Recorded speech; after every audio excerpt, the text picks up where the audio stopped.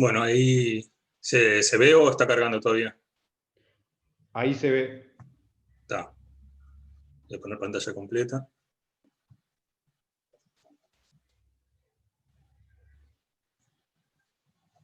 Bien. Bueno, comienzo entonces. Perfecto. ¿Sí? Bueno. Bien, entonces como leía Pablo de ahí, como les decía, voy a presentar este trabajo titulado Elastografía por ondas de superficie, un nuevo método con potencial aplicación para la evaluación muscular deportiva. Bien. Bueno, primero voy a comenzar haciendo una muy breve introducción un poco sobre lo que es elastografía, y en particular elastografía de músculo. En particular, bueno, mencionar que la elastografía es un área de la física que estudia la elasticidad de los materiales a partir del estudio de la propagación de vibraciones acústicas sobre el medio.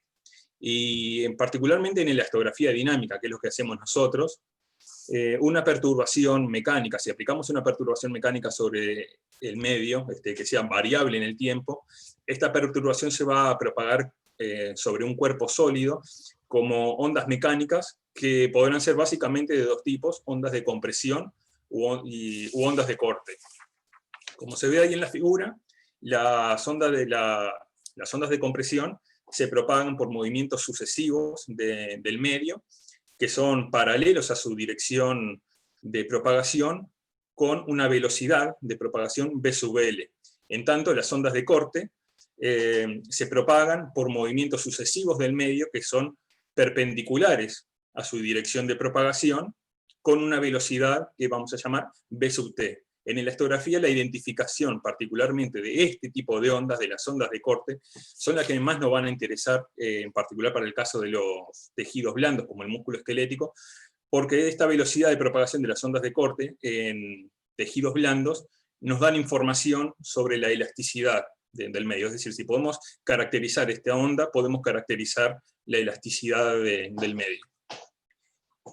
Bueno, en elastografía, digamos, al músculo esquelético se lo modela, digamos, en los modelos que tenemos para calcular la velocidad de propagación de las ondas y por ende la elasticidad del medio, se lo modela como un sólido transversalmente isotrópico, ¿sí? Y bueno, decir también en este sentido que entre las aplicaciones, ¿sí?, justamente más recientes de la elastografía, que bueno, ya es un método que viene desde hace pocos años, pero sí de algunos años atrás, con aplicaciones principalmente en otras áreas de la medicina. Entre las aplicaciones más recientes de la elastografía a la biología de los tejidos blandos se encuentran las aplicaciones a la biomecánica muscular. Y para hacer este tipo de aplicaciones es necesario, como decía, apelar a ciertos supuestos sobre la naturaleza material del músculo. En particular, las tres asunciones más grandes que se hacen con respecto a esto es que al músculo se lo modela como un sólido transversalmente isotrópico, como un sólido elástico lineal, y se desprecia la viscosidad del tejido, ¿sí? En esta figura que vemos aquí abajo, es justamente un modelo un músculo esquelético modelado como un sólido transversalmente isotrópico, en donde las fibras musculares se encuentran orientadas paralelamente con respecto a un eje de simetría x sub 1 y perpendicularmente con respecto a los ejes x sub 2 y x sub 3. Bien. El método que voy a presentar en esta presentación, en este trabajo, es un método llamado elastografía por ondas de superficie no ultrasonora, ¿sí?, que lo abreviamos como NUSW, por sus siglas en inglés, Non-Ultrasound Surface Wave Elastography. ¿Sí? Este es un método que hemos desarrollado a lo largo de estos últimos años, en el Laboratorio de Acústica Ultrasonora de la Facultad de Ciencias, junto con el doctor Nicolás Benech, un doctor en física, y la ingeniera Sofía Guiar. El método básicamente consiste en excitar la propagación de ondas de superficie de baja amplitud y de baja frecuencia, alrededor de 100 Hz, en lo que respecta a la frecuencia de excitación, sobre la superficie libre del músculo, como se ve aquí en la figura, con un excitador mecánico, puede ser, por ejemplo, aquí un parlante con un pistón acoplado, registrar su desplazamiento mediante un arreglo lineal de sensores, que lo tenemos aquí, y, mediante unos algoritmos de cálculo, estimamos la velocidad de fase de la onda de superficie. El montaje experimental del método, como lo ven aquí, es bastante simple. Está constituido por un amplificador de audio, una fuente externa de ondas, ¿sí? Un parlante en este caso con un pistón acoplado, una placa conteniendo el arreglo lineal de sensores piezoeléctricos, una tarjeta conversora analógica digital, ¿sí? que registra las señales y las digitaliza, y una computadora para el procesamiento de los datos. Aquí, bueno, una imagen un poco más esquematizada de lo que vendría a ser el método, con la fuente lineal de ondas que excita las ondas de superficie, y el arreglo lineal de, en este caso, 4 sensores piezoeléctricos, que, como ven aquí, según el esquemita el código de colores, registran secuencialmente las ondas. Estas son las señales crudas, que después pasan por un proceso de filtrado, y ven que quedan desfasadas las señales que registran los sensores de acuerdo a su ordenamiento con respecto a la fuente lineal, bueno, y quedan desfasadas, ¿verdad? Siguiendo ese ordenamiento.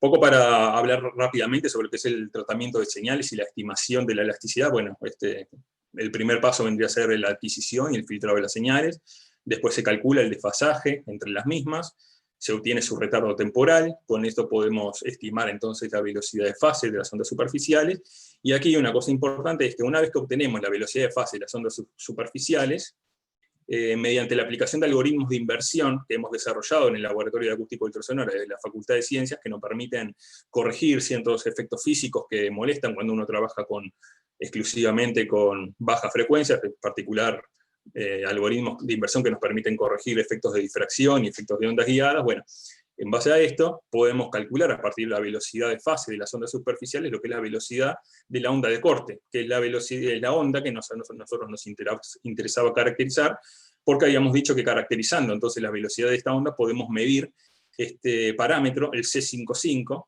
¿sí? Que es el módulo elástico de corte del medio, o sea, la elasticidad, hablando rápidamente, la elasticidad del medio, la elasticidad de corte, que se calcula como ρ por v sub t, ¿sí? La velocidad de la onda de corte, elevada al cuadrado, donde ρ es la densidad del medio, en este caso, la densidad del músculo esquelético, que anda en unos 1000 kilogramos por metro cúbico. Los objetivos, entonces, del trabajo que nos trazamos, bueno, fueron, en primer lugar, analizar la performance de la elastografía por onda de superficie en el contexto de su aplicación para la biomecánica muscular, en forma conjunta con otros métodos que se utilizan en dicho campo.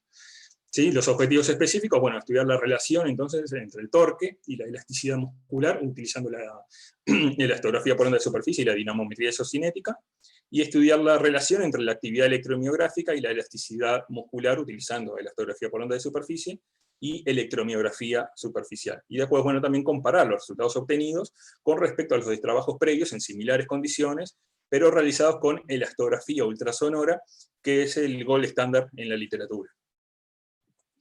Bueno, el primer trabajo, entonces, como les decía, nos quisimos estudiar, bueno, estudiar la relación entre el torque y la elasticidad muscular a nivel del par agonista-antagonista compuestos por los músculos bíceps y tríceps braquial durante la flexión isométrica de la articulación del codo en condiciones de carga estática.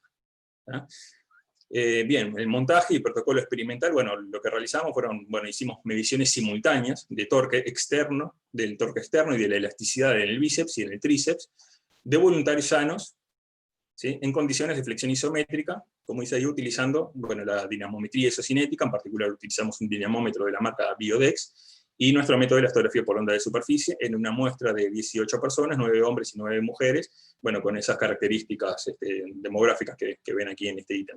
Y estas son unas figuras entonces de lo que era el montaje experimental que aplicamos, el setup, la persona sentada sobre el dinamómetro, ¿sí? Con el brazo y antebrazo a 90 grados, ¿sí? Puesto aquí el dispositivo, el arreglo lineal de sensores, ¿sí? Y en paralelo entonces íbamos realizando, a medida que la persona hacía fuerza sobre el dinamómetro, medidas de elasticidad muscular. Entonces una imagen de una salida, digamos, del equipo, del Biodex, que nos muestra, bueno, nos muestra los pasos del protocolo experimental.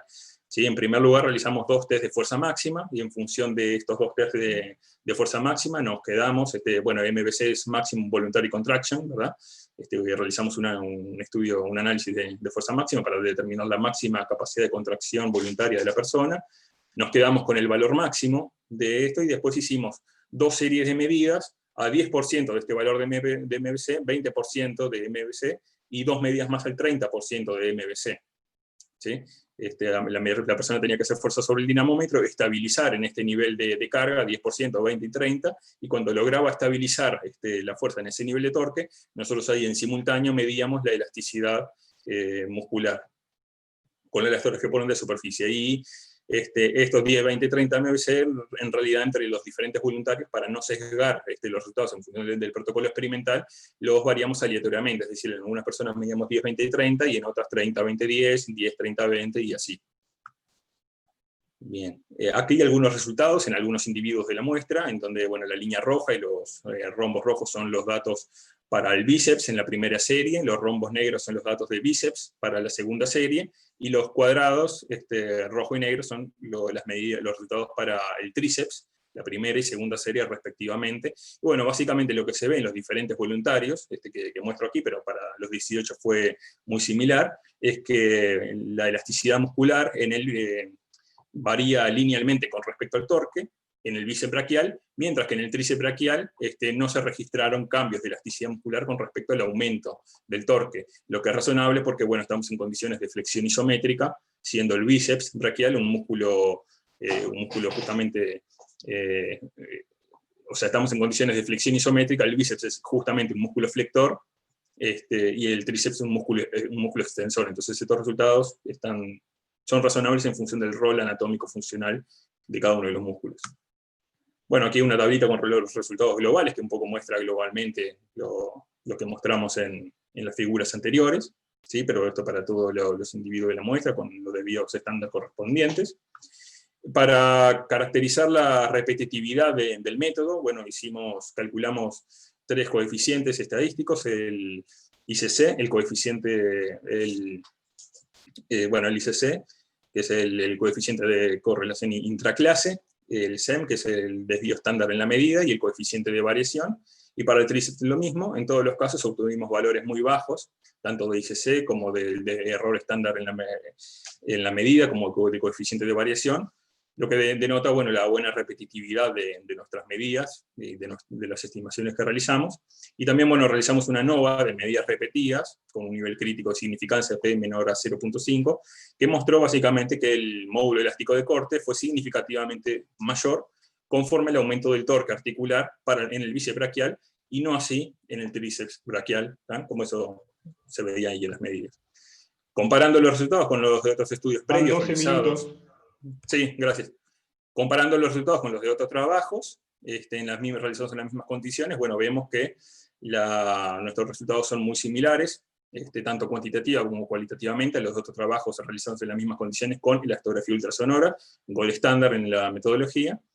Y bueno, y aquí un poco para hablar sobre el segundo trabajo que hicimos, donde correlacionamos la elastografía por onda de superficie con la electromiografía superficial. Realizamos un estudio de la relación de la actividad electromiográfica contra la elasticidad en el músculo bíceps braquial de voluntarios sanos, durante la flexión isométrica, la articulación del codo, igual que antes, pero ahora en condiciones de carga dinámica. ¿Sí? Aquí el setup experimental, que es muy similar al de la vez anterior, con la adición, digamos, de la electromiografía superficial en simultáneo con los demás métodos de medida. El protocolo experimental, bueno, que aplicamos, en este caso hicimos una prueba de concepto, una muestra muy pequeña, 6 personas. Las personas tenían que realizar contracciones contracciones isométricas siguiendo este perfil de rampas trapezoidales isométricas, en donde aquí la rampa verde es bueno, una interfaz visual que se le reflejaba al voluntario mientras hacía el test, y la rampa roja es la rampa experimental. Entonces hicimos, bueno, 4 rampas, en 2 de ellas caracterizamos el patrón de actividad electromiográfica, y en 2 de ellas la elasticidad mediante la elastografía por ondas de superficie. Aquí algunos resultados en algunos individuos de la muestra, en donde se ven bueno, los resultados obtenidos en función del tiempo para las rampas evaluadas mediante la elastografía por ondas de superficie y electromiografía superficial, y los ajustes lineales, ¿sí? para cada una de las rampas en cada uno de los sujetos. ¿Sí? Aquí para el sujeto 1, y aquí tenemos para el sujeto 3 de la muestra. Entonces, bueno, esto aquí también calculamos los parámetros, el ICC, el SEM y el coeficiente de variación, ¿tá? Para para ver bueno, la repetitividad de las medidas. En todos los casos nos dieron bueno, coeficientes muy bajos, lo que denota también la buena repetitividad del método en esta situación de estudio. Y también realizamos una nova de medidas repetidas que nos mostró que el módulo elástico de corte, estimado 0.7 con respecto a la actividad con respecto a la actividad mioeléctrica máxima, fue significativamente mayor al estimado a 0.3 de la actividad mioeléctrica máxima, ¿sí? Normalizando las medidas de electromiografía, ¿verdad? Esto, bueno, un análisis de grupo donde muestra que se coteja la relación lineal para todos los individuos de la muestra entre las dos variables medidas. En resultados que medimos fueron cuantitativa y cualitativamente similares con respecto a otros trabajos previos realizados con electrografía ultrasonora, como ven ahí. Y bueno, las conclusiones a las que llegamos es que bueno, el módulo elástico de corte aumentó linealmente con respecto al torque articular en el bíceps braquial, mientras que en el tríceps no se observaron cambios significativos. El módulo elástico de corte mostró una relación lineal con respecto a la actividad electromiográfica a nivel del bíceps braquial. Bueno, las medidas, como mencioné, fueron repetitivas, ¿sí? En función de los parámetros del análisis estadístico que realizamos. La elastografía por onda de superficie, también el trabajo mostró que es capaz de estimar la elasticidad muscular en condiciones de contracción isométrica, tanto con carga estática, que eran las condiciones del primer estudio, como en condiciones de carga dinámica, que eran las condiciones del segundo estudio. Y la elastografía por onda de superficie, entonces, vemos que es una alternativa viable ante los métodos ultrasonoros de referencias, mucho más costosos, tanto para servir para fines básicos como aplicados en el campo de la biomecánica muscular y las ciencias del deporte, y entre las ventajas de la elastografía por onda de superficie se cuentan su bajo costo, carácter no invasivo destructivo, capacidad de ser aplicado en vivo, medición en tiempo real, fácil manejo y, como vieron ahí en las figuras, es de tamaño muy reducido por lo que nos da la capacidad de transportarlo a un lado o a otro y realizar medidas en campo, cosa que con la elastografía ultrasonora no se puede hacer, por ejemplo. Perspectivas para futuros trabajos, bueno, nosotros consideramos entonces que es necesario continuar investigando para consolidar la elastografía por onda de superficie y ampliar sus posibilidades de aplicación. En particular queremos desarrollar estudios para incorporar el carácter viscoelástico del músculo a las medidas de elasticidad, lograr sistematizar el uso de la elastografía por onda de superficie en condiciones dinámicas, no solo estáticas, no solo isométricas, sino también en condiciones dinámicas, como por ejemplo la marcha, eso es un gran desafío, en más de un músculo simultáneamente, y en músculos con arquitecturas fibrilares complejas, ¿sí? Mucho más complejas que el bíceps, que es el caso más simple que tenemos, pero para eso tenemos que trabajar en los modelos de músculo esquelético y ampliar, en vez de modelar el músculo como un sólido isotrópicamente transverso, como comenté al comienzo de la presentación, bueno, ver cómo se podría adaptar los modelos para medir en músculos bipenados, penados, etc. Y para ello necesitamos entonces también realizar mejoras varias a nivel del montaje experimental, que bueno, lo que presenté es lo que hemos desarrollado hasta el momento, que como vieron, es básicamente un prototipo experimental de laboratorio, ¿sí? Bueno, estas son las referencias del trabajo, y muchas gracias, mi correo electrónico por cualquier consulta. Muy bien, gracias Gustavo. Muchas gracias. Hay alguna pregunta ahí en la vuelta, la vamos a llevar a cabo al final, ¿tá? de todas las presentaciones, así le vamos dando un poco de dinámica al tema, ¿sí? Perfecto. Bien, ahora pasamos a la siguiente ponencia, titulada Rendimiento en 50 metros estilo libre y tiempo en el cubo, comparaciones y correlaciones de datos de 4 campeonatos mundiales de natación. Los autores Duval, Bonesi, Bona, de Souza, Universidade Federal do Rio Grande do Sul, Brasil. Así que bien, los representantes norteños.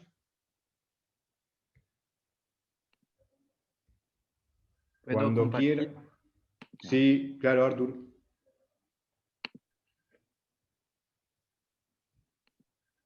Ahí se mira. Sí, perfecto. Voy a cambiar acá mi presentación. Bien. Buen día a todos.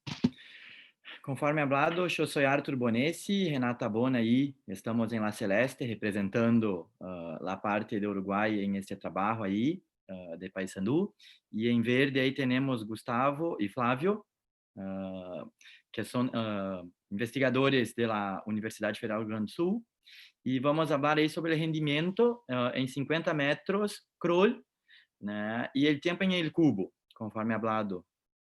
Bem, como comentei, este é um trabalho aí em parceria, tá? Por um lado, temos à esquerda o grupo de Rio Grande do Sul, de Porto Alegre, que já faz muitos estudos, incluso sobre natação, incluso com imagens subaquáticas, e nós aí em La Heroica, Paysandú, né, ao norte, também estamos fazendo alguns estudos aí com recolección de dados de infantiles, juveniles, máster, parámetros cinemáticos, parámetros fisiológicos, né? Assim que, de um lado, temos gauchos, tá? E gaúchos, né?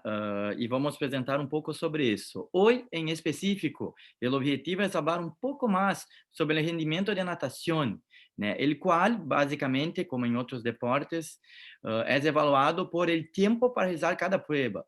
Em realidade, o objetivo é o menor tempo, tá? E quando pensamos em este rendimento, o tempo, pode subdividir-se em outros parciais, né? Assim que alguns estudos clássicos como Ray comentam que há um tempo para a salida, o tempo nadado, o tempo de giro, dependendo de la distância, e o tempo de la ligada. Bem, e o tempo de salida tem aí subdivisões, tá? Aí temos o tempo em el cubo, tá? O tempo de vuelo e o tempo sumergido. E aí temos, por exemplo, uma análise biomecânica cinemática, tá? Exatamente desse tempo el cubo e tempo de vuelo. Bem, outros autores, tá? Aí também, tá? De certa forma clássicos, comentam que a salida, tá? E nós estamos acá falando principalmente do crawl, pero isso pode ser para quase todos os estilos, tem aí 7 pontos, tá? Pero nós vamos estar centrados aí em la señal, reacção, impulso, que seria principalmente o tempo em cubo. Tá? E por que isso? Qual a importância? Em realidade, já se sabe que as salidas podem representar hasta o 10% de tempo total. Tá? Isso especificamente para estilo livre, né? Em realidade crawl, em 50 metros.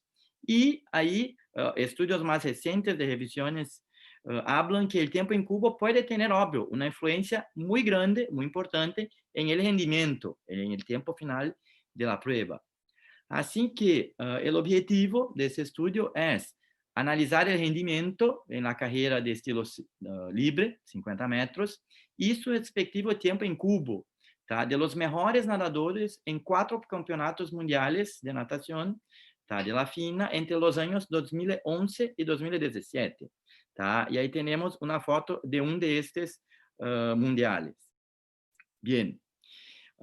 O que tuvimos, tá? Em realidade, se tinha dados de 256 nadadores, tá? Mitad homem e a outra mitad mulheres, todos de nível mundial, tá? Isso em relação a los 4 mundiales, 2011, 13, 15 e 17. Tá? O que foi analisado foram os 8 melhores nadadores de cada mundial, tá? Assim que temos dados de 32 homens e 32 mulheres, tá? E os dados são, as variáveis, o rendimento, o tempo em 50 metros livres e o tempo em cubo, também de los 50 metros livres.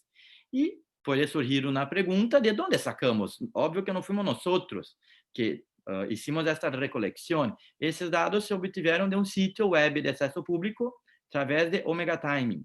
Tá? E isso é possível porque, a partir de 2009, houve a implementação desses novos cubos de partida, onde há o registro desses dados. Assim que acá temos o sítio de onde se sacou, a Federação Internacional de Natação, la FINA, tá? E o que hicimos foi exatamente ordenar estes dados. Tá? Este foi nosso objetivo também com este estudo.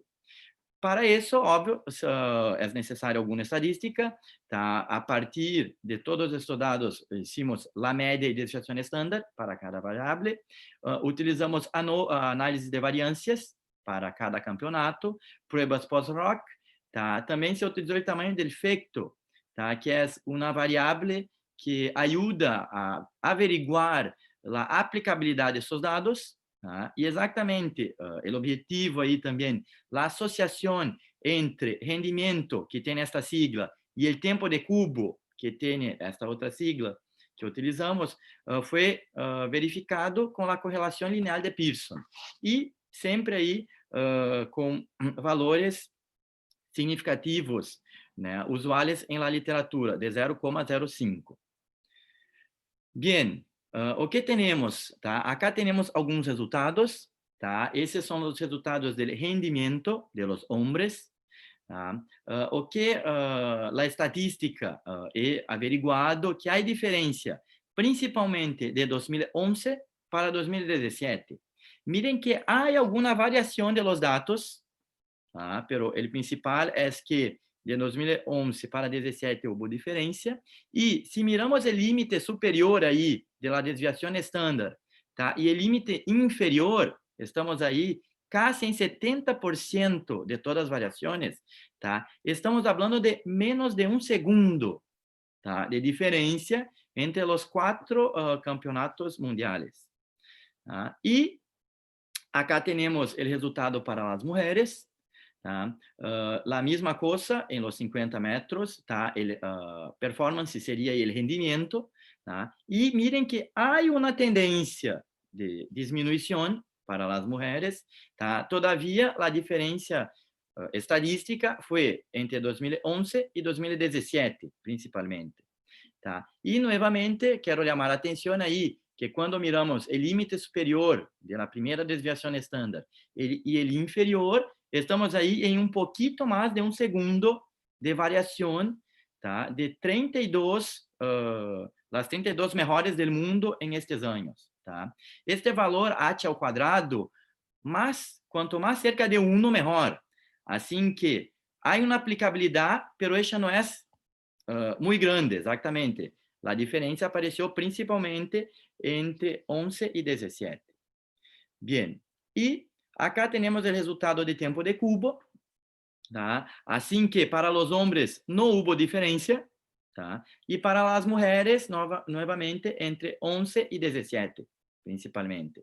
Assim que parece que as mulheres têm aí alguma melhora, pode ser técnica, tá? Ou de eficiência, tá? Ao largo de los anos. Bien, assim que uma discussão inicial que traemos é que o objetivo do atleta é sempre o menor tempo de rendimento em natação. Todavia, apesar de existirem diferentes fatores que contribuem, pensando em 50 metros crawl, que é uma prova muito rápida, tá? O tempo de contato em el cubo não foi capaz de definir o rendimento. Tá? Não encontramos muitas diferenças, tá? E ele representa, em realidade, solamente 3% do tempo total, tá? Quando calculado. E a outra parte, os outros resultados em relação às correlações, vou apresentar agora. O que temos? Temos acá a gráfica de los hombres, tá? Onde houve uma correlação entre rendimento e tempo de cubo, solamente no ano de 2017, onde temos esta carrita roja, tá? O valor de 0,42, tá? Uma associação moderada, tá? Assim que quanto maior o tempo em cubo, tá? Maior o tempo em la prueba. Tá? E como houve uma diminuição de 11 para 17, quando há melhor rendimento, isso implica em menor tempo em el cubo, como esperado, tá? Não ocorreu em todos os anos. E para as mulheres, temos acá a nossa direita, tá? Passou esta correlação solamente no ano de 2013, todavia foi uma correlação inversa. E isso é pouco curioso, porque significa que quanto maior o tempo em el cubo, menor foi o tempo em la prueba. Tá? Assim que chamamos a atenção que isso foi só para um ano, isso não foi uma relação sistemática entre o tempo em cubo e rendimento, e foi só entre as mulheres. Assim que, fazendo pouco a discussão de estes resultados, tá? A correlação positiva em el campeonato de 2017 foi encontrada para homens, solamente, e para as mulheres, podemos especular que este maior tempo em cubo poderia levar a um maior impulso, recordando que impulso é una asociación ahí entre fuerza y tiempo de aplicación de esta fuerza. ¿Tá? Todavía no existen datos de impulsos registrados en estas competencias analisadas. Tá? Así que es una especulación. Tá? Pero está de acuerdo ahí con algunas investigaciones de la literatura. Assim que, já indo para as conclusões, tá? O que se hizo? Tá? A partir de dados que já estavam na web, tá? Se analisou esses dados de los 30 melhores nadadores a níveis mundial, o que trae fortaleza, por um lado, de aspectos técnicos, biomecânicos, fisiológicos, tácticos, ou seja, os resultados são muito próximos e homogêneos. E muitas vezes buscamos tentar averiguar essas populações, tá? Que estão aí em rendimento a su máximo. Todavia, isso também pode dificultar encontrar variações consistentes para estas variáveis. E, apesar de solamente 8 correlações que foram significativas, e assim não suportam essa possibilidade do tempo em el cubo ser determinante.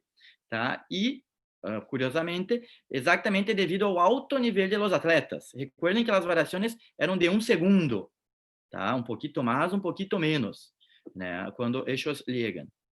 Bien, assim que, por um lado, tá, que, vou agradecer por el grupo de pesquisa em deportes aquáticos do professor Flávio Castro, tá? E por outro lado aí, do Laboratório de Investigação em Biomecânica e Análise de Movimento, aí de Paysandú, tá? E quizás aí algum futuro nadador, tá, uruguayo, tá, óbvio. Assim que, muchas gracias. Muy bien, Artur, muchas gracias. Un relojito, menos de 12 minutos. Yo tengo 12. Ah, bueno, está, capaz que mi cronómetro fue más lento, pero bueno, igual, un relojito igual. Bien, gracias. Hay alguna pregunta por ahí, así que bueno, al final la respondemos. ¿Bien? Ya voy a parar acá, ahí. Bien. Muy bien. Ahora sí, pasaríamos a la siguiente ponencia, a cargo de los autores Matos y Castro, titulada Palmarés e nadadeiras utilizados en intensidades submáximas alteran a variáveis espacio-temporais donadas. Universidad Federal do Rio Grande do Sul, Brasil. Así que bueno, seguimos la tónica de los hermanos del norte y les doy paso a ellos. Buenos días, gracias por el espacio para hacer esta ponencia. Y buen día, Artur, gracias por su presentación. Voy a hacer el...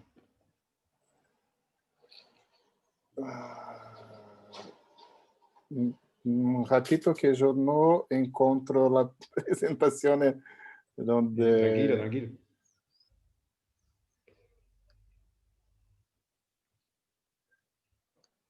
Déjame...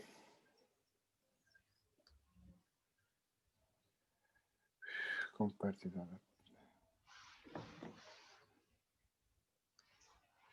Desktop, acá. ¿Sí? Bien, perfecto, ahí se ve. Perfecto. Entonces, por primero, peço perdón por el español. Voy a intentar hablar el mejor posible. ¿Sí? Tranquilo que yo con el portugués también se me complica un poco. Entonces, soy Flávio de Souza Castro, de la Universidad Federal do Rio Grande do Sul. Este fue parte del trabajo de magíster de Cristiano Cardoso de Matos. Palas y aletas a intensidad submáximas cambian las variables espaciotemporales del nado. A lo largo de las sesiones de entrenamiento y orientación se utilizan varios métodos y contenidos. Entre estos podemos destacar el uso de equipos como palos de manos y aletas. Palas se utilizan para aumentar la fuerza de propulsión de los nadadores, aumentando el volumen de agua desplazada durante las fases sumergidas de las brazadas.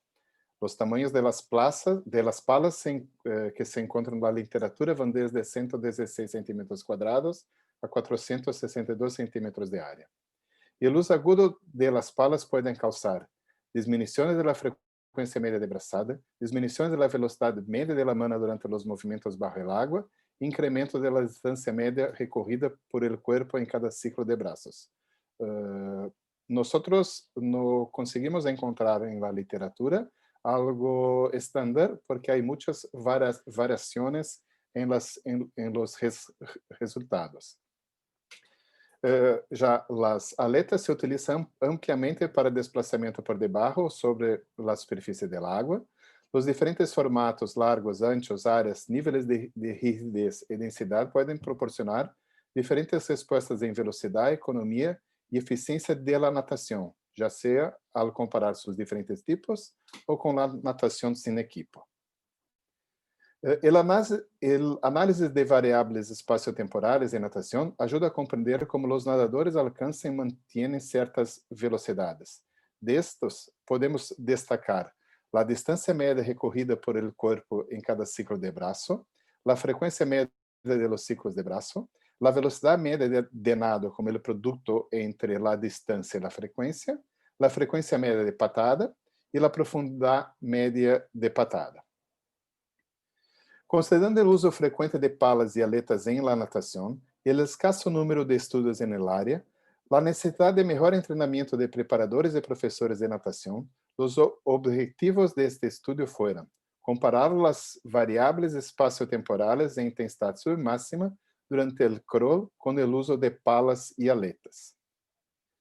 En el estudio participaron 11 nadadores de nivel nacional y regional, con 25 años de edad, 75,2 kilogramos de masa corporal, 177 centímetros de altura. La área de la mano y la área de los pies fueron calculadas a partir de las ecuaciones de Dubois y Armand Sheiban. El estudio fue aprobado por el Comité de Ética e Investigación. Los métodos. En una piscina de 25 metros, los atletas realizaron 3 series de crawl de 12 repeticiones de 50 metros a intensidad submáxima, un intervalo pasivo de 30 segundos e intervalo de 24 horas entre las series. La primera serie fue sin equipo, SE. Los atletas nadaron la percepción 15 de la escala de Borg de 6 a 20 puntos y la velocidad de nado se calculó a partir de las 12 repeticiones por el tiempo promedio de cada repetición.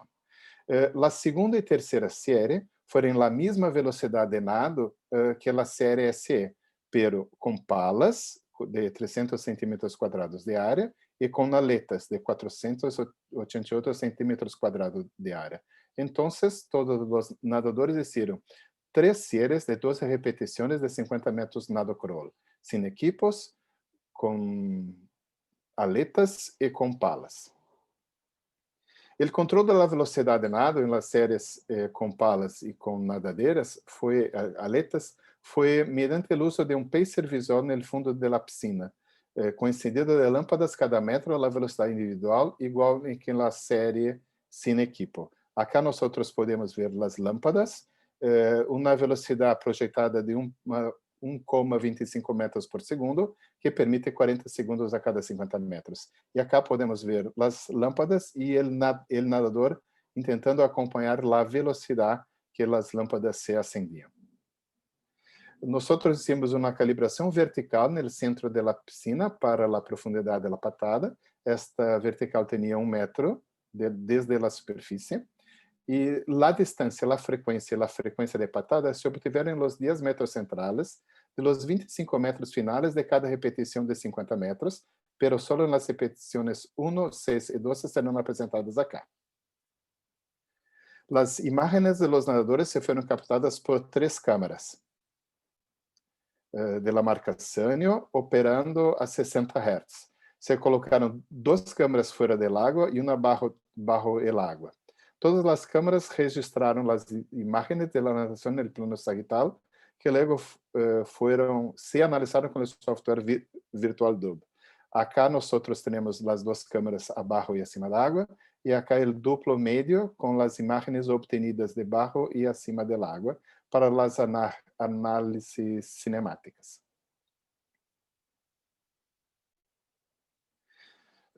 Os dados se analisaram em relação à sua distribuição e se verificou a esfericidade. Estatísticas descritivas foram calculadas, se aplicou a nova fatorial, com condição e repetição, como os efeitos principais, e essas se localizaram com a prova de Bonferroni. Eta square como tamanho de efeito, e se construiu significativo um alfa de 5%. Entre os resultados, as três séries se nadaram na velocidade promédio de 1,45 metros por segundo, que equivale a 34,4 segundos a cada 50 metros. Las palas, nós tuvimos um aumento na área de mano de uns 101%, similares a outros estudos em la literatura, que variaram de 73% a 203% de aumento da área de las manos. E las aletas, aumento na área del pé de 25%, menores que os aumentos envolvidos em la literatura. A la velocidade promédia de 1,45 metros por segundo, nós podemos ver a distância de ciclo em la vertical, que foi sempre maior com as aletas, depois com as palas e depois sem equipo. Então, acá há efeito do equipo muito grande e sem efeito da repetição. Para a frequência, efeito do equipo também, com uma maior frequência sem equipos e frequências similares entre palas e aletas. E no hubo efeito da repetição. Para a frequência da patada, nós podemos ver uma maior frequência sem equipo e uma menor frequência com aletas, e com as palas com valor promédio. E também sem efeito da repetição. A profundidade da patada não foi afetada nem por el equipo, nem por las repetições. Os incrementos percentuais das áreas de manos e pés, com palas e aletas, parecem ser determinantes para os resultados encontrados. O aumento da área de los pés aportada por las aletas em velocidade submáxima provocou maior distância, menor frequência de braçadas e menor frequência de patadas em comparação com a natação com palas e sem equipo. A velocidade de nado com aletas pode provenir tanto do aumento da área propulsora de los membros inferiores, lo que permite uma melhor posição horizontal do corpo do nadador, correspondente a uma melhor propulsão do corpo hacia adelante, quanto da estratégia utilizada por nadadores em realizar gesto de alta frequência do motor para nadar a velocidades máximas. Pero aumentar a frequência para aumentar a velocidade de nado e natação é uma estratégia utilizada por nadadores de diferentes níveis e grupos de idade de maneira aguda quando buscam aumentar a velocidade de natação. Neste trabalho, a velocidade foi controlada e sempre a mesma. A uma intensidade máxima, as aletas são mais sensíveis a los aumentos percentuais en área del cuerpo que provocam cambios na mecânica de la natação em comparação com las aletas. Gracias por sua atenção. Nós somos do grupo de pesquisa em esportes acuáticos.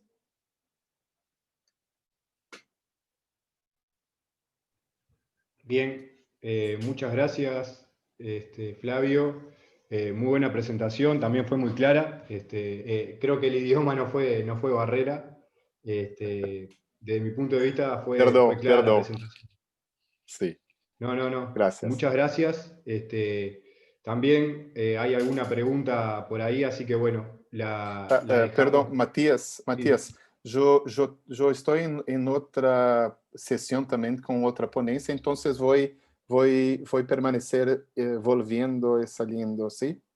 Está, perfecto, ¿Sí? perfecto. ¿Sí? Vale. Gracias. Cualquier cosa, si no llegaras a estar, digo, vamos manejando sí. ahí para que puedas estar para responder a las preguntas. ¿Sí? Sí, gracias. No, a ustedes. Bien, muy bien. Ahora sí también pasamos a la siguiente ponencia, también de la Universidad Federal do Rio Grande do Sul, de Brasil. El título de la ponencia, Relações entre eficiencia propulsiva da braçada e índice de nado. Beix de Assis Correia de Sousa Castro, perdón, ¿sí? los autores. Así que bueno, les doy paso a ustedes, si están por ahí. Buenas, Otávio. Bom dia. Infelizmente, não falo muito bem espanhol, eu vou acabar apresentando em português.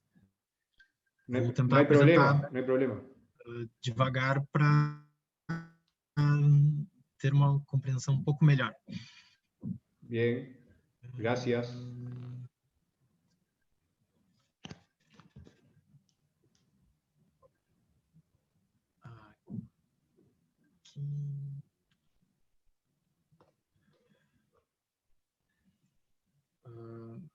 Então, bom dia, meu nome é Otávio, eu sou aluno de graduação da URGS, sou membro do grupo de pesquisa em esportes aquáticos e vou apresentar o trabalho Relação entre eficiência propulsiva da braçada e índice de nado. Esse trabalho foi orientado pelo professor Dr. Flávio Antônio de Souza Castro e co-orientado pelo professor mestre Ricardo Correia.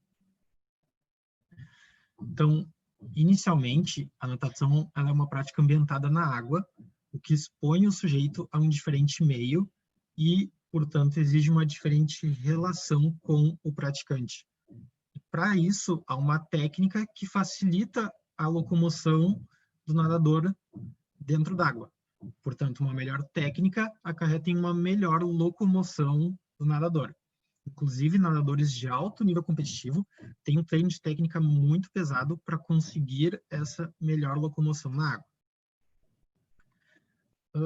Pensando mais especificamente no nado crawl, ele tem uma propulsão majoritariamente tirada pelos braços, em torno de 90%.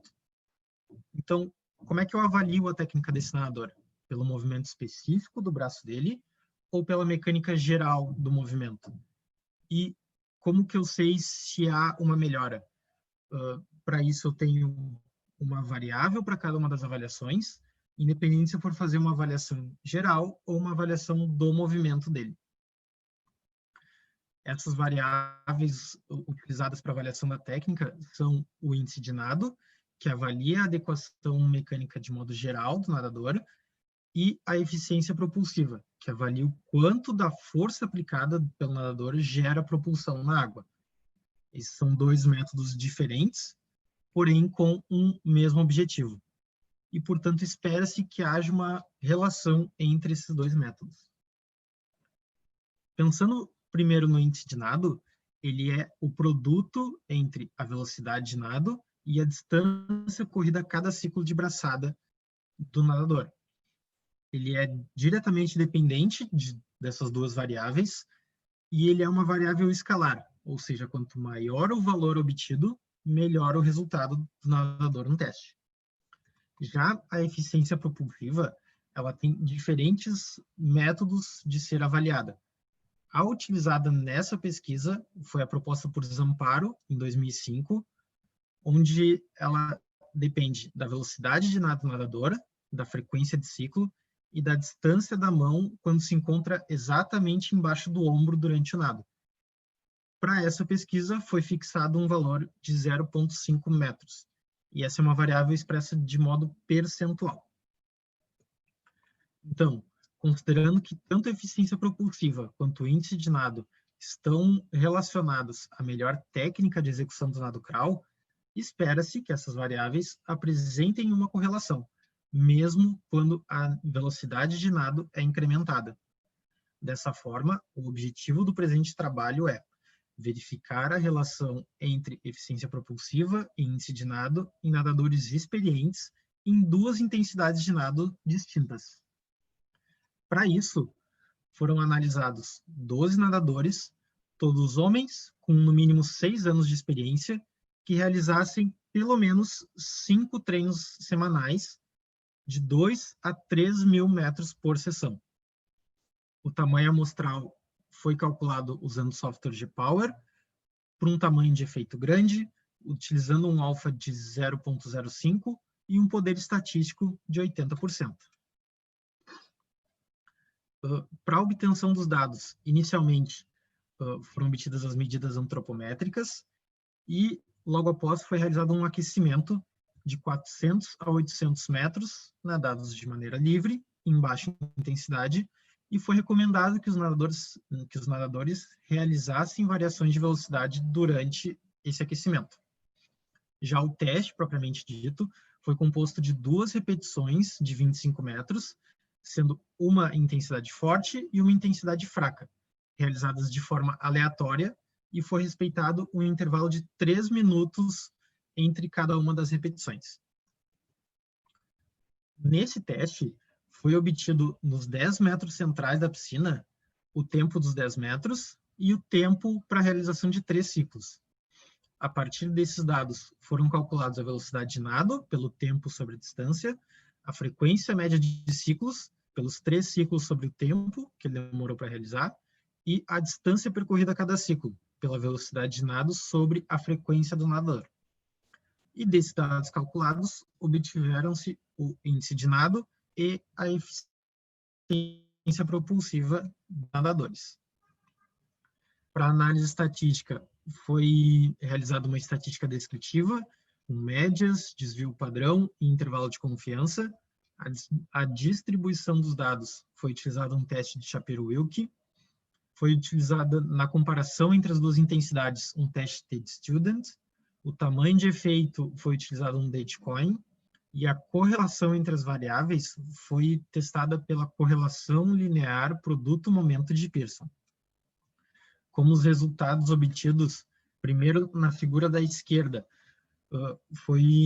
nós temos no eixo horizontal as 2 intensidades, em preto a intensidade baixa e em cinza a intensidade alta.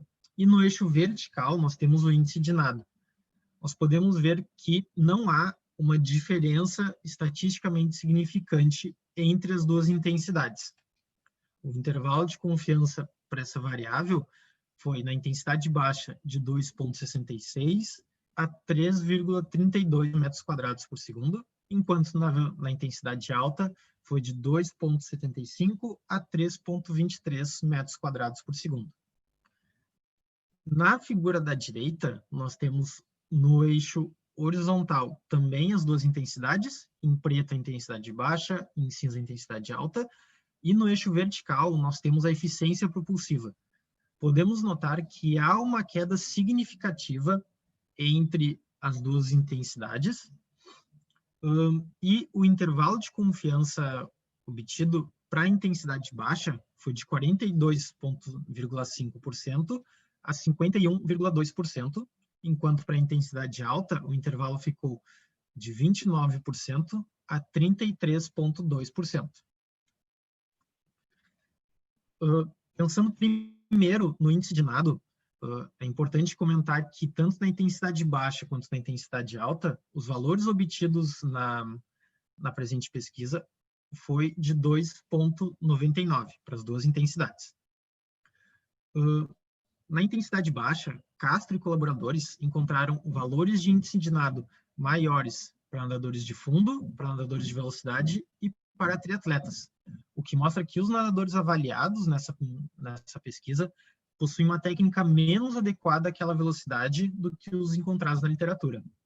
Enquanto na intensidade alta, os autores encontraram valores de índice de nado maiores também para nadadores de fundo, nadadores de velocidade e levemente menores para triatletas, o que mostra que também na intensidade alta, os atletas avaliados têm uma técnica menos adequada para aquela velocidade do que os encontrados na literatura. Esse valor que foi encontrado na presente pesquisa, ele não possui uma mudança significativa entre as 2 intensidades, que pode ser devido a uma compensação, devido ao aumento da velocidade e à diminuição da distância de ciclo. Isso acabou nivelando os 2 e o resultado foi parecido, foi o mesmo. Já para a eficiência propulsiva, na intensidade baixa, obteve-se um valor de 46,8%, enquanto na intensidade alta, um valor de 31,1%. Barbosa e colaboradores, avaliando nadadores não experientes, encontraram uma eficiência propulsiva menor do que a da presente pesquisa, enquanto Zamparo e colaboradores, avaliando nadadores experientes, encontraram um resultado similar. E Feitosa e colaboradores, avaliando nadadores paralímpicos experientes, também encontraram um resultado similar ao da presente pesquisa. E nesses resultados, a gente pode ver que há uma queda do aumento, com o aumento da intensidade em um valor estatisticamente significativo. Porém, de acordo com a literatura, um maior nível de prática acarreta numa melhor eficiência propulsiva. Ou seja, um atleta mais treinado possui uma melhor eficiência propulsiva e tem uma queda menor mesmo com um aumento de intensidade. Pensando agora na correlação entre as duas variáveis, nós temos na figura 1A, pensando na intensidade baixa. A figura apresenta no eixo horizontal o índice de nado e no eixo vertical a eficiência propulsiva. E foi encontrada uma correlação forte de 0,82 para essa intensidade. Já na intensidade máxima, nós temos também no eixo horizontal o índice de nado e no eixo vertical a eficiência propulsiva. E foi encontrada uma correlação ainda maior, ainda mais forte, de 0,94. Ou seja, mesmo que o índice de nado se mantenha e a eficiência propulsiva diminua, isso mostra que os nadadores tentam manter uma boa eficiência mesmo com o aumento da intensidade. Porém, uma diminuição na distância de ciclo acarreta numa diminuição da eficiência propulsiva. E a diminuição da distância de ciclo e o aumento da velocidade acarretou numa manutenção do índice de nado. Além disso, ambas as variáveis analisadas dependem diretamente da velocidade de nado. Porém, a eficiência propulsiva é dependente de inúmeras outras variáveis para ser analisada. Enquanto o índice de nado avalia a adequação da técnica a determinada velocidade de nado que o nadador esteja nadando. Ou seja, é possível encontrar um mesmo valor de índice de nado para uma eficiência propulsiva diferente, mesmo ela sendo menor do que em outras velocidades. Porém, isso pode significar que é possível realizar uma melhor técnica para aquela velocidade e talvez seja um indicativo de uma necessidade da melhora da eficiência propulsiva desses nadadores. Então, a partir disso, podemos dizer que o índice de nado e a eficiência propulsiva possuem uma correlação em ambas as intensidades. Ambas as variáveis analisam a condição técnica do nadador, porém utilizam contextos diferentes. O índice de nado avalia o condicionamento de forma geral e avalia de acordo com a velocidade do nadador, enquanto a eficiência propulsiva avalia o movimento isolado da braçada, que tende a mudar de acordo com a velocidade e obtém-se valores maiores em menores velocidades. Então, agradeço ao professor Dr. Flávio Castro pela sua orientação, agradeço ao professor mestre Ricardo Corrêa pela sua ajuda, agradeço ao evento que me permitiu apresentar e compartilhar esse conhecimento e agradeço ao URGS por me dar estrutura e a possibilidade de apresentar esse trabalho. Muito obrigado.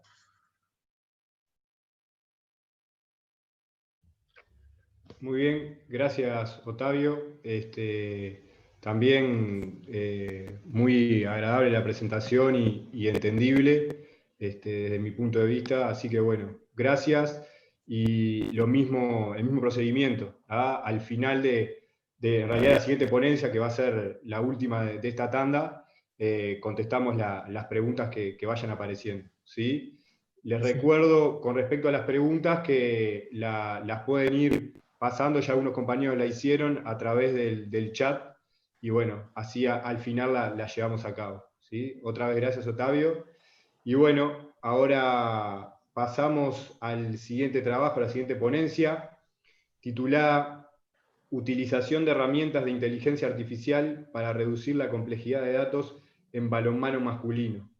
Cabrera y González son los compañeros que presentan del Instituto Universitario Asociación Cristiana de Jóvenes de la República Oriental del Uruguay. ¿Sí? Ahora los colegas tienen el cambio de mando, así que bueno, los dejo a ellos para que puedan presentar su trabajo. Bien, gracias, Matías. Vamos arriba, Nacho. Bien, ahí puse compartir, no sé si ya se ve. Perfecto. Bien, buenísimo. Bueno, bien, como decía Matías, este trabajo se titula Utilización de herramientas de inteligencia artificial para reducir la complejidad de datos en balonmano masculino. Es un trabajo que se desprende de mi tesis de maestría, presentada este año, y tutoreada por el doctor Andrés González. Básicamente, el interés o la importancia de este estudio se basa en que hoy por hoy, en la actualidad, estamos viviendo una sociedad en que la digitalización, la globalidad y la tecnología permite y tenemos disponibles una gran cantidad de datos, ¿sí?, que la mente humana no puede procesar fácilmente. A eso se le llama Big Data, y que ese término Big Data fue definido hace un par de décadas como una gran cantidad de datos que los softwares, o sea, los programas, no podían procesar en ese momento. El deporte es un ámbito en el que no escapa de esta realidad, ¿sí? Tenemos los autores Hughes y Bartlett nos indican que hay diferentes elementos o diferentes indicadores en el deporte, como indicadores generales de partido, indicadores técnicos, indicadores tácticos, biomecánicos y fisiológicos, que conjunto a la tecnología y a la globalidad y a la digitalización, tenemos una gran cantidad de información que incluso se puede registrar en vivo. Y bueno, ¿qué hacemos con esa cantidad de datos? ¿Qué hacen los entrenadores o qué hacen los preparadores físicos con esa cantidad de datos? ¿Cómo podemos sacar algo en limpio de esos datos, que son una gran cantidad? Todo el mundo ha visto en un partido de fútbol o diferentes deportes que hay estadísticas que se sacan en el medio tiempo y bueno, y están disponibles para el que mira el deporte, o también tenemos diferentes, por ejemplo, acá en el fútbol, está diferentes estadísticas que ya estamos acostumbrados. Esto es en handball, eficacia de lanzamiento, eficacia de parada de portero, faltas técnicas, en fin, muchas variables disponibles. También conocemos diferentes dispositivos que registran una gran cantidad de datos y que se pueden transformar en mapas de calor, en mapas de coordenadas, nos dan diferentes tipos de información. Entonces, claro, tenemos disponibles una gran cantidad de datos que bueno, tenemos que saber luego qué hacer con ellos. Este es un ejemplo de un panel de un deportista X, en el que esos dispositivos GPS, por ejemplo, nos dan información como total distancia de recorrida, distancia por minuto, velocidad máxima, en fin. La cuestión es que nosotros, los entrenadores o los preparadores físicos, se encuentran bajo una complejidad de datos que no es fácil de procesar. Es ahí que aparecen las herramientas de aprendizaje automático, las herramientas de inteligencia artificial, en este caso aprendizaje automático. En inglés aparece mucha literatura como Machine Learning. Bueno, ¿qué es el aprendizaje automático? Básicamente es una herramienta de inteligencia artificial que son capaces de trabajar con Big Data, ¿sí? Bueno, ¿qué hacen estas herramientas? Predicen, clasifican, ordenan, toman decisiones en esa gran cantidad de datos. Los modelos que más se utilizan son las redes neuronales, los árboles de decisión, las máquinas de soporte vectorial, y hay muchos más.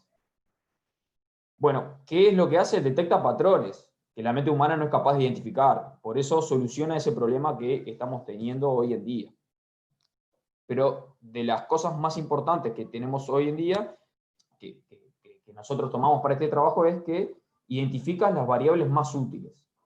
O sea, que descarta las variables que el modelo cree que son irrelevantes y redundantes, y en ese caso reduce la complejidad del problema. O sea, reduce las variables o los predictores que puedo tomar en cuenta y que el modelo me dice que son importantes en la base de datos que tengo disponible. ¿Cómo funcionan estos modelos? Nosotros nos basamos en los modelos de tipo de clasificación, porque están de clasificación, de regresión. Nosotros nos basamos en el de clasificación. Básicamente lo que hace es divide la base de datos en dos, ¿sí? Siempre es un 70% o 30%, o puede ir variando, en el que una parte de esa base de datos se entrena el modelo y luego la otra parte lo evalúa. ¿Cómo funciona? Bueno, en el entrenamiento del modelo lo que se hace básicamente es, se le dan los datos de entrada y las posibles respuestas no, y las respuestas. Se le dan el dato de entrada y la respuesta. Por ejemplo, se puede dar las estadísticas de un equipo como datos de entrada y la respuesta es si ese equipo ganó o perdió. O los datos fisiológicos de un jugador y biomecánicos y como respuesta si el jugador se lesionó o no se lesionó. O, por ejemplo, un proceso ofensivo, y si ese proceso ofensivo como respuesta, si terminó en gol, si terminó en remate, en fin, diferentes cuestiones. ¿Qué hace el modelo? A través de esos datos que les damos y sus respuestas, genera reglas. Y esas reglas, lo que hace es, las utiliza en la evaluación. ¿Qué tiene de particular la evaluación? Es que solamente se le dan los datos de entrada, no se le brinda las respuestas esperadas, ¿sí? Solamente se le dan datos de entrada que no conocía en el entrenamiento del modelo, por lo tanto, aplica las reglas que aprendió en el entrenamiento en la evaluación, con datos de entrada que no conoce. Por ejemplo, con datos de partido que aún no se procesaron, o datos de jugadores en el momento que están jugando en un partido, ¿sí? Y ahí lo que nos da son resultados de predicción. No solamente resultados de predicción, sino también lo que nos dan son las posibles respuestas a ese problema que tenemos, ¿sí? Y como mencionábamos, esos resultados o esas posibles respuestas que nos dan es con una disminución de la complejidad de datos. El objetivo general, o sea, a partir de todo este problema y estas posibles soluciones que tenemos que pusimos en este trabajo, fue utilizar las herramientas de aprendizaje automático para reducir la complejidad de datos en balonmano masculino. La metodología, bueno, se utilizó la metodología observacional, aplicada por María Teresa Anguera, con un diseño observacional, ideográfico, puntual y dimensional. El muestreo interseccional fueron todos los partidos que no finalizaron en empate en el Campeonato Europeo Masculino de Selecciones de Balonmano del 2016 y 2018. Y bueno, el muestreo interseccional fueron todas las conductas de cada equipo registradas en las estadísticas oficiales del torneo, fueron muestreos de frecuencia y en total tuvimos 174 vectores de información. La información, el dato es de tipo secundario, nosotros los tomamos a través de la estadística oficial, como mencionamos recién, y este es un ejemplo de una grilla estadística que nos da mismo la federación, está publicado, es público, ¿sí? ¿Cuáles son los datos que nosotros tomamos en cuenta de cada partido? Fueron los datos totales de cada equipo. Por ejemplo, en ese caso tenemos los lanzamientos, los goles, los castigos, las variables de calidad ofensiva y defensiva. También tomamos en cuenta las variables que son del portero, ¿sí? De eficacia de portero, básicamente, y además las variables generales de ataque. El total de información que teníamos disponibles son de 74 variables que se agruparon en variables de identificación, variables de ofensivo y eficacia de lanzamiento, castigos y calidad de juegos, eficacia de ataque y contraataque, y eficacia de portero. Por lo tanto, tenemos una complejidad de datos de 74 variables en total. El modelo que utilizamos fue el árbol de decisión. El algoritmo utilizado fue el C5.0. Y el proceso fue realizado a través de tres árboles de decisión, o sea, 3 modelos, que el parámetro que se modificó fue el valor mínimo solicitado por ramas ciclos. Primero, el primer árbol fue 2, el valor fue 2, el segundo 4 y el último 10. Como se puede ver en la imagen, a partir de los 67 predictores, porque se dejaron afuera los de identificación, pasamos a 10 predictores en el primer árbol, a 6 predictores en el segundo árbol y a 3 predictores en el último árbol, que fue el definitivo, en el último modelo. Entonces pasamos de 67 predictores a un último árbol de 3 predictores que el modelo nos marcó como variables importantes. ¿Cuál fue el resultado? El resultado de la predicción de ese modelo. Aquí tenemos en esta gráfica los 3 modelos, pero nos vamos a basar en el último. En compartición de datos de entrenamiento, llegó a un 90% de precisión para determinar ganadores y perdedores. Pero aquí lo importante no es en el entrenamiento, que conocía tanto los datos de entrada como lo de salida, o sea, los resultados, sino que en el conjunto de datos de entrenamiento, de comprobación o de evaluación, llegó a un 76,36% de precisión. O sea, 3/4 partes de los partidos a predecir por el modelo fueron precisos, ¿sí?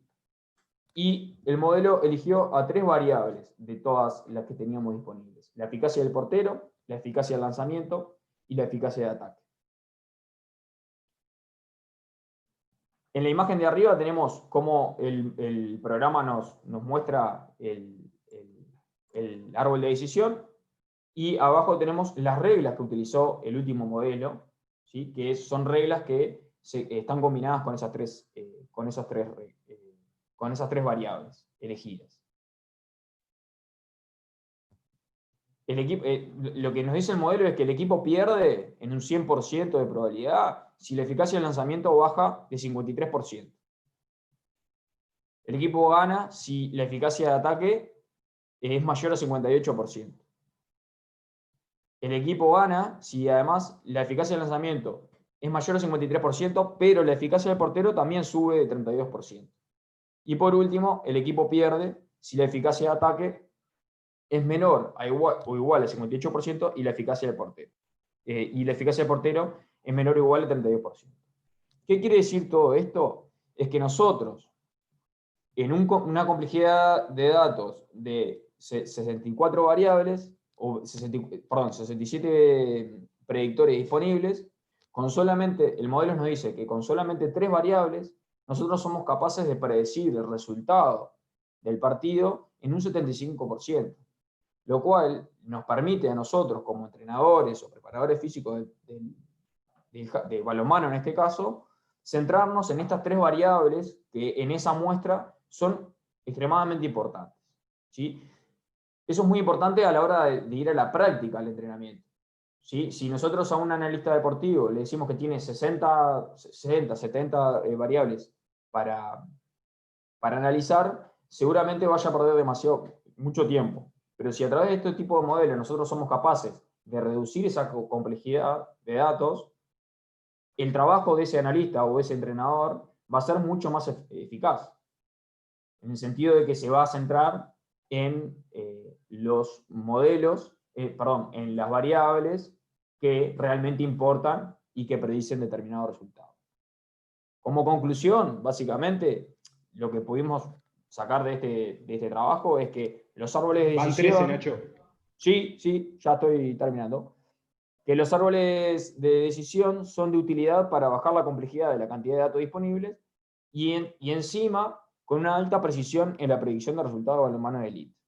Y hay una cosa que es importante aclarar, es que este tipo de modelos son aplicables a un montón, a cualquier deporte que ustedes se imaginen y a cualquier utilidad que también se puedan estar imaginando, ¿sí? Por ejemplo, poder predecir si un jugador en determinadas condiciones puede llegar a lesionarse o no, o ir más a cuestiones tácticas como cuestiones más estructurales del equipo, ¿sí? Y bueno, nada, básicamente sería esa la conclusión del trabajo. ya estamos pronto. Gracias, Nacho. Muy claro también. Así que bueno, felicitaciones por el trabajo. Gracias. ¿Ya entregaron la tesis esa? Sí, en mayo. Ah, bien, bien, bien, bien. Espectacular. Muy bien. Bueno, en realidad ahora iríamos por las preguntas. ¿Ah? La idea un poco es seguir ahí el orden de cómo fueron las presentaciones. Arthur puso una respuesta ahí en el grupo a una pregunta que había hecho Gustavo. No sé, Arthur, si preferís empezar por esa pregunta, contestando esa pregunta o haciendo la que vos le querías hacer a Gustavo. Ah, no, todo bien. Empiezo contestando. Dale. Parece más educado. No, Bien. en realidad, sí, el cubo es el mismo entre 2011 y 2017. Tá? Essa seria a resposta inicial. Tá? Todavia, entendi tu pergunta aí, e racionando um pouco, o mais importante é o que eu tentei escrever aí, óbvio, que solamente o cubo, mesmo que seja o melhor do mundo, se a pessoa não sabe utilizar, né, não está treinada, não tem velocidade de reação, né, são milissegundos, perdão, são segundos, né, pero muito importantes, hay que treinar. Básicamente es eso. Sí, sí, sí, claro. Pero, o sea, más allá de la forma del cubo que cambió, yo no tenía claro cuál era el rango, cuándo había cambiado la forma del cubo. Sé que fue en esta última década, creo, pero no sé si ha perdido 2011, 2010. Digo, igual el tema de la... Agregó esas mediciones. Ahí va. Y ahí cambió un poquito, pero no, este cambio que vos estás hablando no tiene influencia en estos resultados. Pero la posición en el cubo del nadador cambia también, no solo la forma, digamos, ¿no? Sí, pero es entrenado. Eso es entrenable, ¿me entendés? Eso es bastante importante. Flavio también creo que tiene alguna cosa ahí, ya prendió la cámara. Sí, ¿puedo? Sí, sí, claro. Nosotros tenemos un trabajo que comparado la posición del centro de masa del nadador en el cubo, si más adelante, si más atrás y cuál su el tiempo de vuelo y el tiempo bajo el agua. Y los resultados nos indican que es todo muy individual, muy individual. Hay una variación porque la capacidad de los nadadores de impulsionar el cubo no está completamente dependiente de la posición del nadador sobre el cubo, pero de sus características neuromecánicas, neuromusculares. ¿Sí? Pero el cubo en este trabajo fue el mismo, porque desde el Mundial de 2011, la federación utiliza solo el mismo cubo. Entonces, lo que hay es el cambio del proceso de entrenamiento y aquellos que nosotros no podemos explicar que son los talentos, ¿no? Ahí va. Bueno, muchas gracias a los dos por la respuesta, me quedó claro. Yo pensaba que ahí entre el 2011 y 2000, bueno, y ahora y 2020 sí. había cambiado en ese lapso de tiempo, el cubo en el medio. No sabía que era a partir justamente de 2011 y que tal. Entonces los resultados que mostró Artur fueron justamente todos con el mismo tipo de cubo. Yo puedo hacer una pregunta o... Dale. Dale, Sí, dale. por favor, a Greenspan. Sí. El trabajo de las ondas, de las olas, ¿no? Sí, las ondas, sí. Hugo trabajado con mecanomiografía, con las frecuencias de temblor en el muslo que son variables al nivel del percentual de máxima contracción voluntaria máxima. Y cuanto más contraído el muslo, menor son las frecuencias en mecanomiografía. ¿Cuál la relación nosotros podemos hacer con las olas en el muslo? Sí, son métodos distintos en realidad, la mecanografía y la elastografía. Digo, en realidad en elastografía, conforme el del torque, digamos, el nivel de torque es mayor, la velocidad, la frecuencia de excitación, digamos, es la misma, porque la frecuencia de excitación es la que uno le da externamente con el vibrador, que en este caso nosotros utilizamos un parlante. Eso se configura desde el equipo y uno le configura la frecuencia que quiere, siempre cuando sea dentro de un rango, hablando de las bajas frecuencias, es decir, las frecuencias audibles.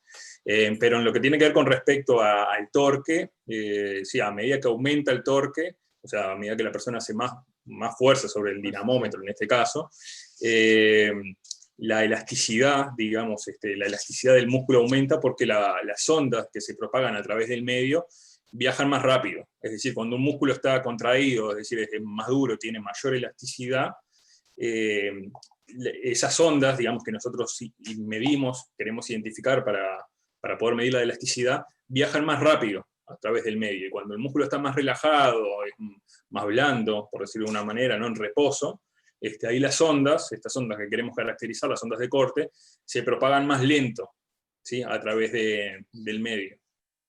Entonces, nosotros podemos pensar en relación con cómo los tejidos elásticos están en la contracción y en relajamiento y su efecto sobre las olas. ¿Sí? Exactamente. De tejido elástico. ¿Sí? Claro, exactamente. O sea, cuando un músculo es más elástico, es decir, está más rígido, tiene una mayor elasticidad, bueno, ahí las ondas, digamos, que medimos se propagan más rápido a través del medio. Entonces, Sí. cuando uno ve las señales en cada uno de los sensores, como la figura esa que mostré, es como que las señales que registra un sensor y el otro sensor que está al lado están más juntas entre sí, porque la onda viaja más rápido a través del medio, entonces este sensor registra la onda, prácticamente al mismo tiempo que no al mismo tiempo, pero hay un desfasaje mucho menor. En cambio, cuando el medio es más blando, el músculo está en reposo, este sensor detecta la onda en un tiempo mucho más largo, comparado con cuando el músculo está contraído, bueno, y tenemos un desfasaje de la señal más grande, o sea, la onda recorre la misma distancia en mayor tiempo. Entonces su velocidad de propagación es menor. Sí. Y por ende la elasticidad del músculo es menor. Y lo opuesto pasa para el músculo con un torque mayor, digamos, con un músculo contraído. Gracias por su presentación y por su explicación. Muchas gracias. Gracias por la pregunta. Bien. Muy bien. Gracias a ustedes. Ahí en realidad me surgía una duda. Pregunto para la presentación sobre las palas y las aletas, ¿sí? Los resultados que tuvieron, ¿sí? ¿Qué aplicación se le podrían dar desde el punto de vista del entrenamiento, digamos? ¿O Sí. qué vuelta le pueden encontrar? O que nosotros vemos es que los entrenadores y los profesores de natación no saben qué se pasa con el nado cuando se utilizan las palas o los pés de rana, que Arthur me corrigió, pés de rana, ¿no? Entonces, los profesores en Brasil, no saben los efectos agudos que estos equipos tienen en los nados. Entonces, sí, hay una variación muy grande de distancia de ciclo, de distancia percorrida por el nadador e frequência de braçadas, o treinador ou o professor tem que fazer equilíbrio entre utilizar e não utilizar, e as áreas tanto de las aletas quanto de las palas. Nós temos outros trabalhos com as variáveis fisiológicas, e para obter efeito real em força, não se pode solo nadar em velocidades submáximas, pero principalmente em velocidades máximas, porque o arraste se cambiará muito e o nadador tendrá que aplicar uma força muito maior, não em velocidades máximas. Pero os cambios de las variáveis biomecânicas, cinemáticas, podem servir para controle do professor ou do treinador sobre a intensidade que estes equipos podem causar. Bien, gracias. Iba por ahí la pregunta porque a veces, o sea, había entendido lo que habían presentado, pero quería saber cómo se podía relacionar eso con, digamos, con el campo. Así que bueno, gracias. Comprendí muy bien la respuesta. Gracias. Bien.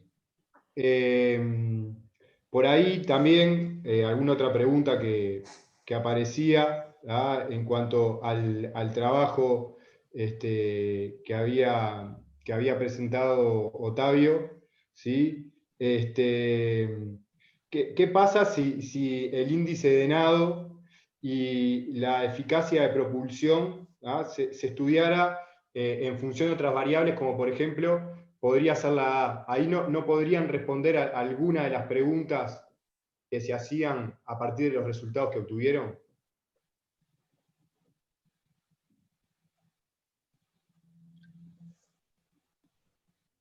Tá, vamos ver se eu entendi bem a pergunta.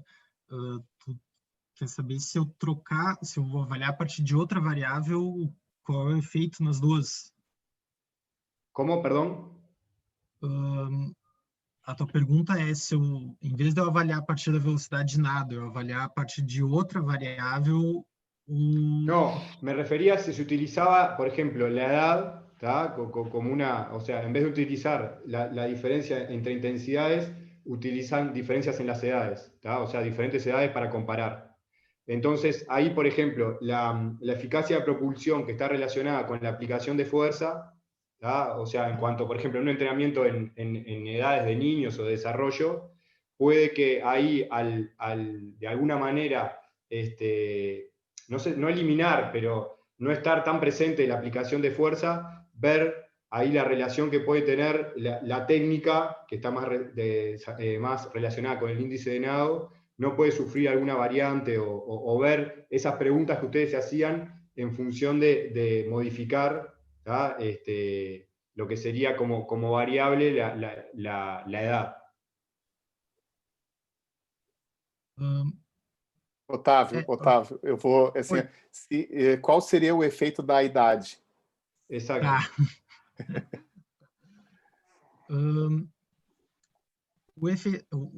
O problema da idade usar como variável é que, por exemplo, se eu pegar um nadador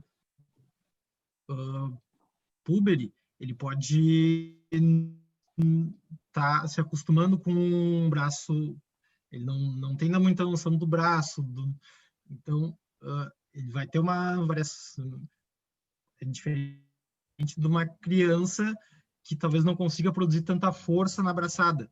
Então a gente, além, claro, do período de treino que ela já tem, assim, se ela treina mais tempo ou não, se ela recém caiu na água para começar a aprender a nadar.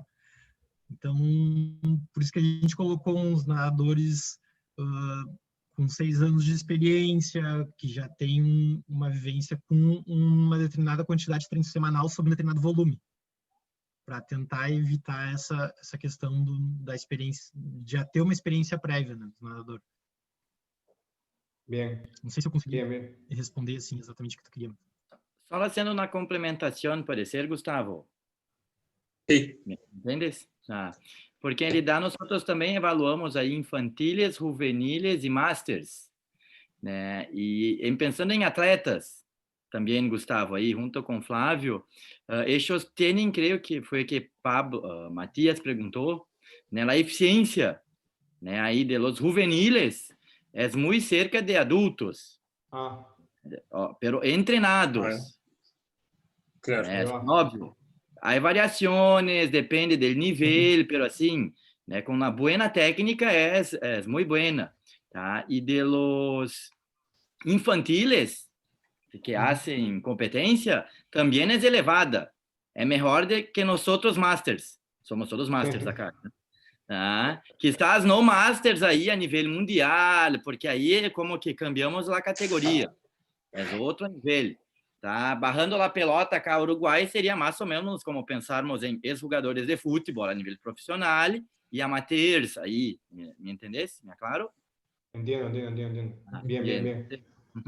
Hay que pensar también que la eficiencia propulsiva está muy imbricada con la frecuencia de brazadas. Entonces, los niños que normalmente nadan con una frecuencia mayor tienen una más baja eficiencia de brazada, pero el entrenamiento cambia la frecuencia, la distancia y la eficiencia incrementa. Y los modelos de obtención también. Nosotros somos muy malos en tecnología porque no hay cómo medir la fuerza, exactamente la fuerza propulsiva, que es una variable cinética.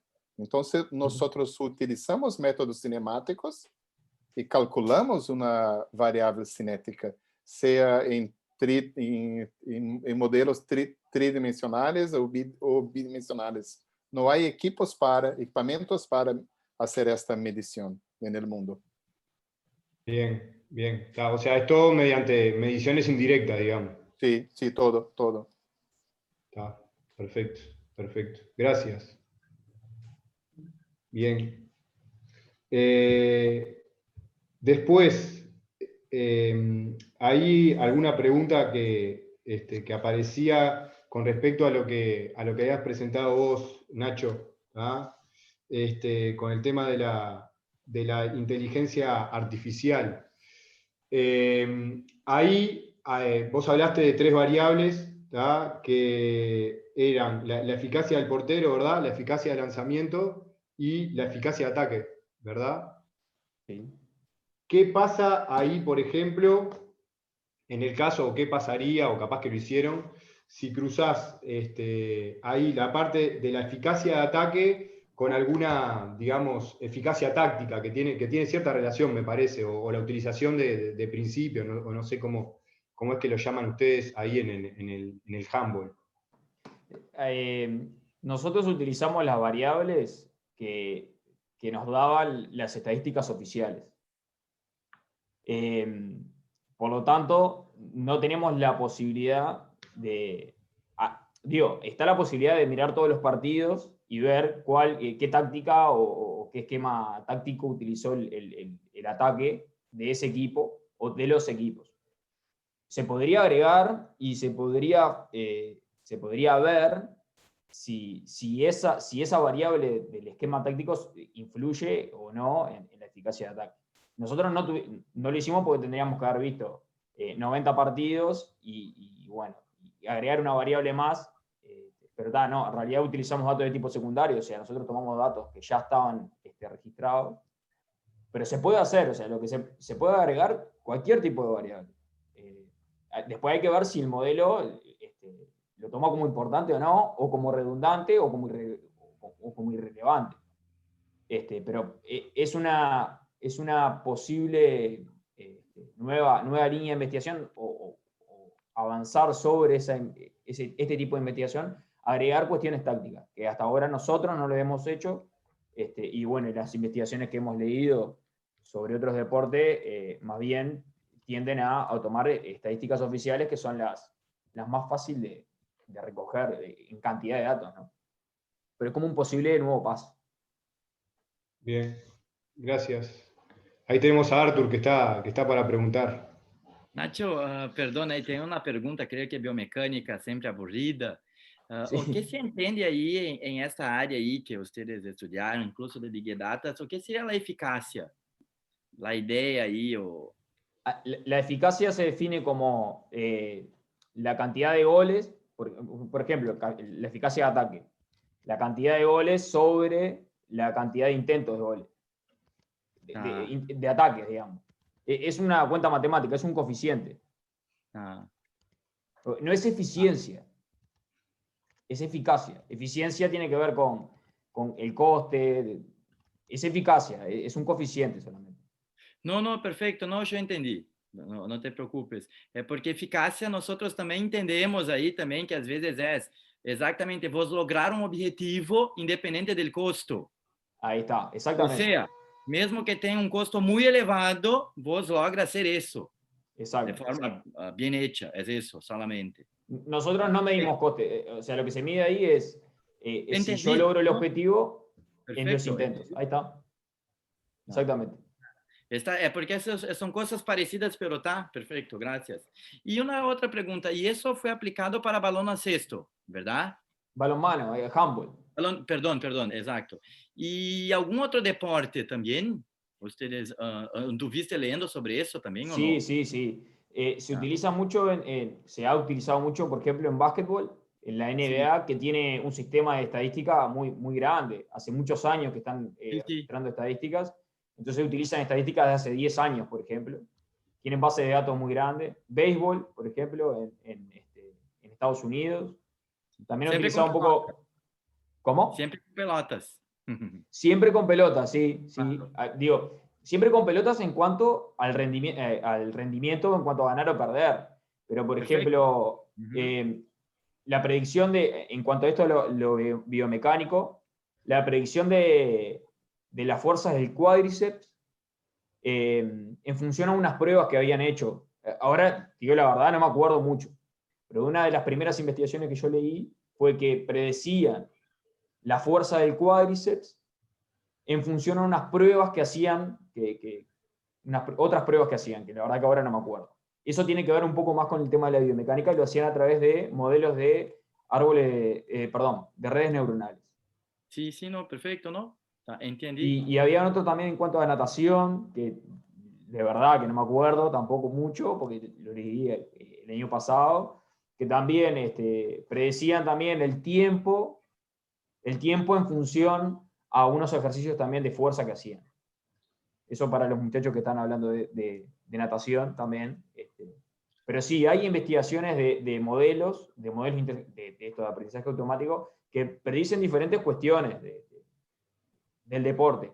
Nosotros nos centramos en esto, en ganar, perder, lesiones, posibles lesiones. Pero es un mundo bastante amplio para ver. Perfecto, gracias. Bien. Nacho, tenías una pregunta ahí en el chat que había hecho Gastón Lewy. No sé si capaz que mejor que la leas vos. Sí, dice, ¿cambiaste tu forma de analizar los partidos a partir de esto? De ser así, ¿cómo lo haces ahora? La verdad es que no. Hasta ahora, ¿qué pasa?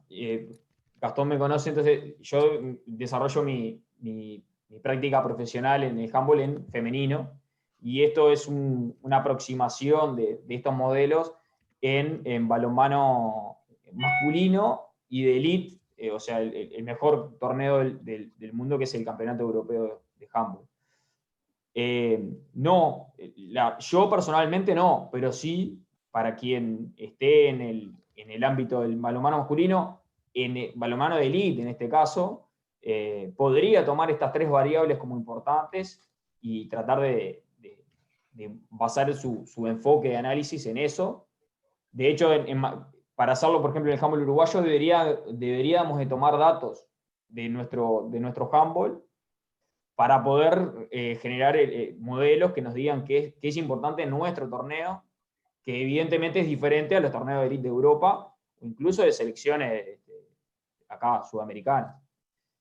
Tiene que ver con una correlación de muestras, básicamente. Son muestras muy diferentes. Pero sí se puede utilizar para hacerlo. De nada. Bien. No sé si hay alguna pregunta más por ahí para alguno de los palestrantes.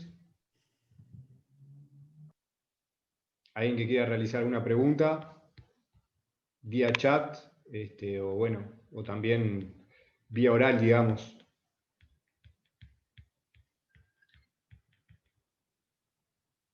Bien.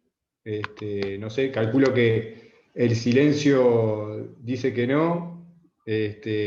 Bueno, básicamente iríamos cerrando.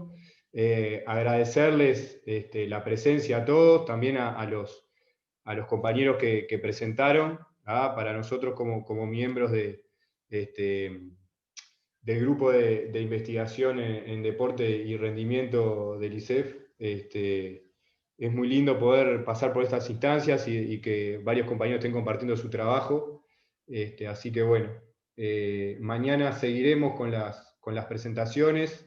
Hay una de mañana a partir de las 8:30 y después terminaremos la mañana con un conversatorio, ¿tá? Muy interesante, en el que se va a vincular la tecnología y el entrenamiento, o se va a hablar del uso de la tecnología en el entrenamiento. ¿Sí? Bueno, me despido, cerramos las presentaciones. Si no hay nadie que quiera hablar, bueno, nos estaríamos viendo mañana. ¿Sí? Gracias, Matías. Nos vemos. A ustedes, que pasen bien todos. Gracias. Chao, hasta luego. A ustedes.